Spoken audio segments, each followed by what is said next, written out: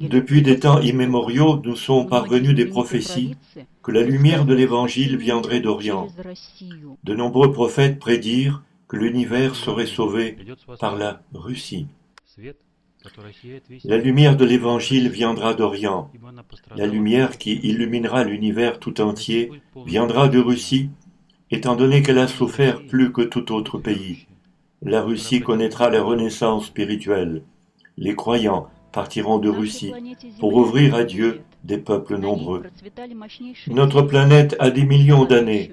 Elle a connu des civilisations florissantes, dotées de connaissances et de capacités uniques.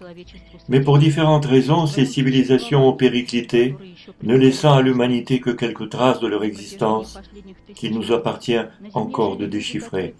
Durant ces derniers millénaires, les hommes qui vécurent sur Terre avaient perdu le lien avec le cosmos, avec l'intelligence de l'univers et avec Dieu. Quelques-uns seulement avaient maintenu ce lien. En arrivant sur Terre, ils ont amené les connaissances et les découvertes permettant aux hommes de mieux comprendre leur environnement. Beaucoup d'êtres géniaux, des savants célèbres, vécurent et travaillèrent en Russie. L'histoire montre que les découvertes de la science étaient orientées non pas pour le développement du bien-être des hommes, mais plutôt pour opérer une pression sur eux. Le système des priorités s'est établi de telle sorte que les gouvernements qui possèdent les armements de destruction massive les plus importants disposent d'une voix qui pèse lourdement. Cette orientation est erronée, aussi bien pour le développement des êtres humains que pour celui des gouvernements. D'après la loi des liens universels, tout ce que l'homme produit, pense et réalise se répercute sur l'univers et sur la nature. Ces derniers temps, on a assisté à de nombreuses catastrophes naturelles en réaction à l'agression des hommes. L'humanité est arrivée à un tel stade que les systèmes de bien-être technique et social créés par elle donnent de plus en plus de sinistres et d'avaries. La stupidité des extractions massives, basées sur le seul profit, la production industrielle a débouché sur une insécurité écologique. L'air est devenu irrespirable et l'eau de boisson dangereuse à consommer. Beaucoup de personnes comprennent la nécessité de réformer un tel système de relations, de conduite et de pression. La transformation du système est l'une des priorités pour le développement de l'humanité. Les savants de tous les pays pointent leur regard sur le cosmos et essayent de deviner et de trouver les réponses qui leur soufflent aux questions qui se posent dans leur travail. Les savants orthodoxes considèrent la science comme la plus haute forme de connaissance. Ils utilisent leur raison en analysant, creusant, dynamisant, détruisant, sans obtenir de véritables réponses. Les succès scientifiques aboutissent à d'éphémères résolutions de problèmes. Ainsi, la résolution des problèmes énergétiques par le nucléaire ou l'hydraulique se solde par des conséquences désastreuses, celles des avaries et des pannes, contre lesquelles il n'existe aucune assurance dans aucun des systèmes existants construits rationnellement par la science officielle. Dans quelle direction l'homme se dirige-t-il? Que construit-il? Que crée-t-il? Le plus grand secret dans le monde n'est pas dans le cosmos, ni au fond de l'océan, ni dans le gouvernement, mais dans l'homme. L'homme. L'homme se connaît peu, ou presque pas. Lorsque l'homme se découvrira, il découvrira l'univers.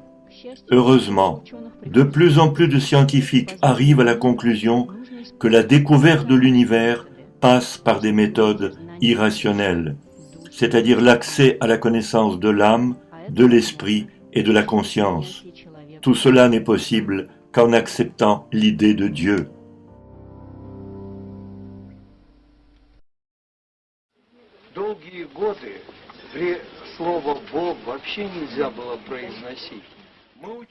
Pendant de longues années, le mot Dieu n'était pas prononçable. En tant que scientifiques, nous avons, durant notre vie avec Tatiana Serafimovna, œuvré à la création de turbines pour l'aviation, la navigation et pour les gazoducs. Nous avons donné des conférences et soudain, Nous avons ressenti la nécessité de nous occuper de la philosophie, au sens profond du terme, de la philosophie du point de vue de la science. Montrer aux gens qu'en réalité, comme le dit Grabovoi, si on ne s'appuie pas sur le Créateur, la vie n'a plus de sens. Et c'est véritablement ainsi. C'est pour cela que nous avons concentré toutes nos forces pour montrer, à l'aide de méthodes scientifiques et expérimentales, qu'à la base de la compréhension de l'univers se trouve le principe créateur divin. Sans cette compréhension, nous n'aurons jamais un aspect civilisé. Nous ne pénétrerons jamais dans le cycle évolutif qui nous a été indiqué depuis le début. C'est cela qui doit être compris en profondeur. Профессор Башкирского госуниверситета Нажип Валитов, химик с мировым именем. Le professeur de l'université de Bashkirov Nalij Valitov, chimiste de renom international, membre de l'Académie des sciences de New York, s'est occupé toute sa vie de cette science. Avec le langage strict des formules, le professeur Valitov a démontré que tous les objets de l'univers rétroagissent instantanément les uns avec les autres, quelle que soit leur distance. Il y a une force à laquelle tout est soumis.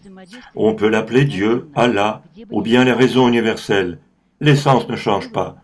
Dans l'univers, la rétroaction est instantanée, quel que soit l'endroit où se trouvent les objets.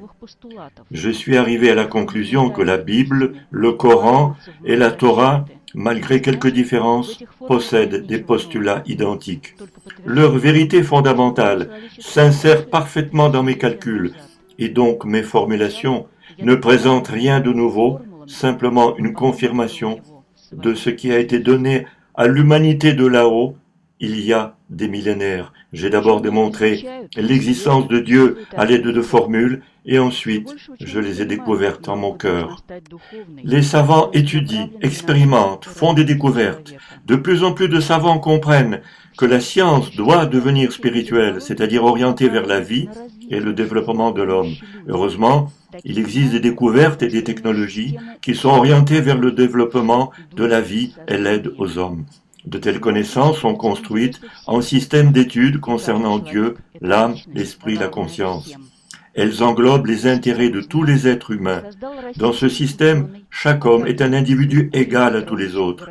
Un tel système de connaissances a été créé par un scientifique russe, l'académicien Grigory Petrovich Grabovoi.